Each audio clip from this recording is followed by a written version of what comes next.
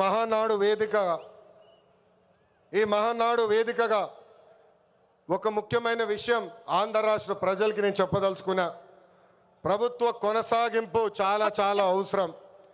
ఒక రాష్ట్రం అభివృద్ధి చెందాలంటే ప్రభుత్వం కొనసాగించాల్సిన అవసరం చాలా ముఖ్యం. 2014లో కట్టుబట్టలతో మన ప్రయాణం ప్రారంభించాం. 2014 నుంచి 19 వరకు సంక్షేమ అభివృద్ధి జోడి ఎద్దుల బండిలాగా మనం నడిపించాం. 2019లో విధ్వంస పాలన వచ్చింది, విధ్వంస ప్రభుత్వం వచ్చింది, ఒక సైకో ముఖ్యమంత్రి అయ్యాడు. దానివల్ల ఆంధ్ర రాష్ట్రం 30 సంవత్సరాలు వెనక్కిపోయింది. ఆంధ్ర రాష్ట్రం చాలా ఇబ్బంది పడింది.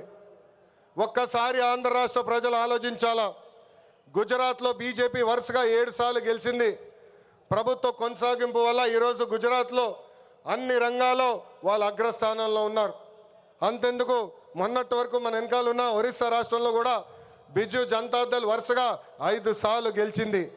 ప్రభుత్వ కొనసాగింపు వలన వాళ్ళు కూడా కొన్ని రంగాల్లో ఆంధ్ర రాష్ట్రాన్ని దాటి ముందరికెళ్లే పరిస్థితి.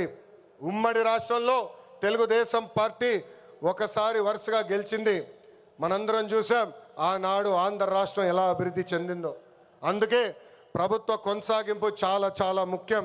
దీని గురించి రాష్ట్ర ప్రజలు అందరికీ తెలియజేయాల్సిన బాధ్యత ప్రతి పసుపు సైనికుడి పైన ఉందని ఈ సభాముఖంగా కోరుకుంటున్నా.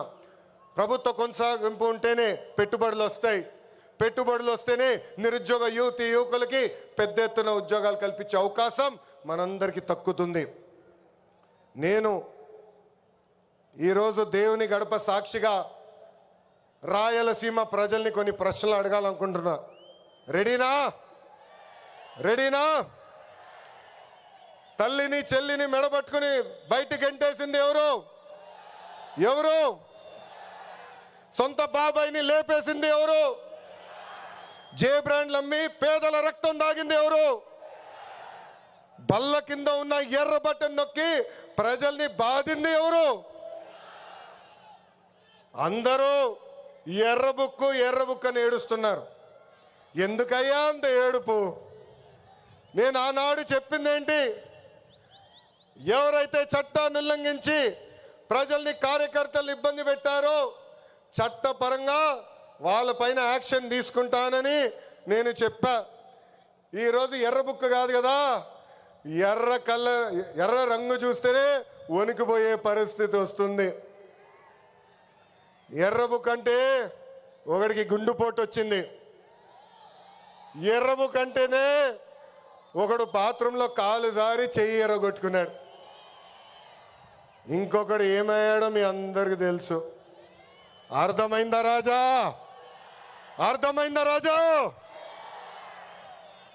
సమాజమే దేవాలయం, ప్రజలే దేవుళ్ళు అన్నారు అన్న ఎన్టీఆర్.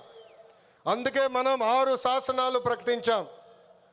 తెలుగు జాతి విశ్వఖ్యాతి, స్త్రీ శక్తి, యువగలం, పేదల సేవల్లో సోషల్ రీఇంజనీరింగ్, అన్నదాతకు అండగా, కార్యకర్తలే అధినేత.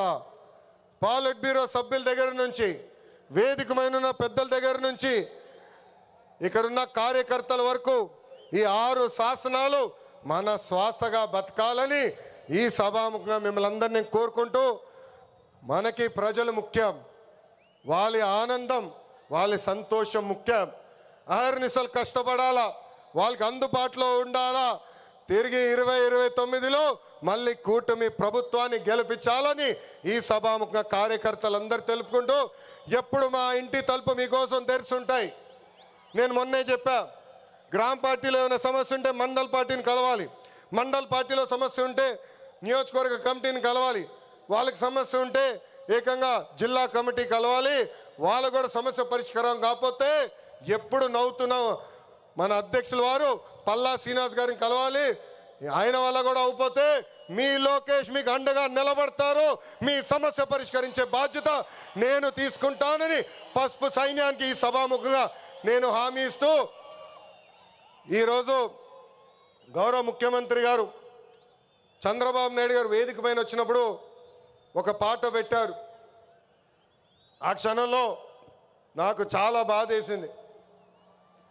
ఎందుకంటే ఆ పాట వినిన తర్వాత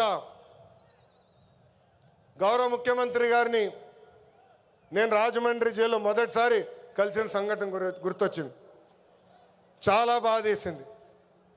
ప్రజల కోసం ఆయన జీవితం ఆల్మోస్ట్ పోయింది. అక్టోబర్లో 2003 బాంబ్ బ్లాస్ట్లో నక్సలైట్లు ఆయన పైన దాడి చేశారు. నాడు నేడు ఎప్పుడు ఆయన ప్రజల గురించి, ప్రజల భవిష్యత్తు గురించి ఆలోచించే వ్యక్తి. అలాంటి వ్యక్తికి ఎందుకు దేవుడు ఆనాడు ఈ పరీక్ష ఇచ్చాడా అనుకున్నా. ఇప్పుడు అర్థమైంది. తెలుగు ప్రజలు తిరిగి చంద్రబాబు నాయుడు గారు వెనక నిలబడేదానికి దేవుడు మనందరికీ ఒక పరీక్ష పెట్టాడు. ఆ పరీక్ష జయించాను. అందుకే ఈ రాయలసీమ గడ్డ తెలుగుదేశం పార్టీ అడ్డ అని తెలుపుకుంటూ నాకు ఇంత అద్భుతమైన అవకాశం ఇచ్చిన ఈ పసుపు సైన్యానికి పేరు పేరున నా హృదయపూర్వక ధన్యవాదాలు తెలుపుకుంటూ మీ అందరి దగ్గర నుంచి సెలవు తీసుకుంటున్నా. జోహార్ అన్న ఎన్టీఆర్, జోహార్ అన్న ఎన్టీఆర్. చంద్రబాబు నాయుడు గారి నాయకత్వం, చంద్రబాబు నాయుడు గారి నాయకత్వం. వందే వందే, జై హింద్.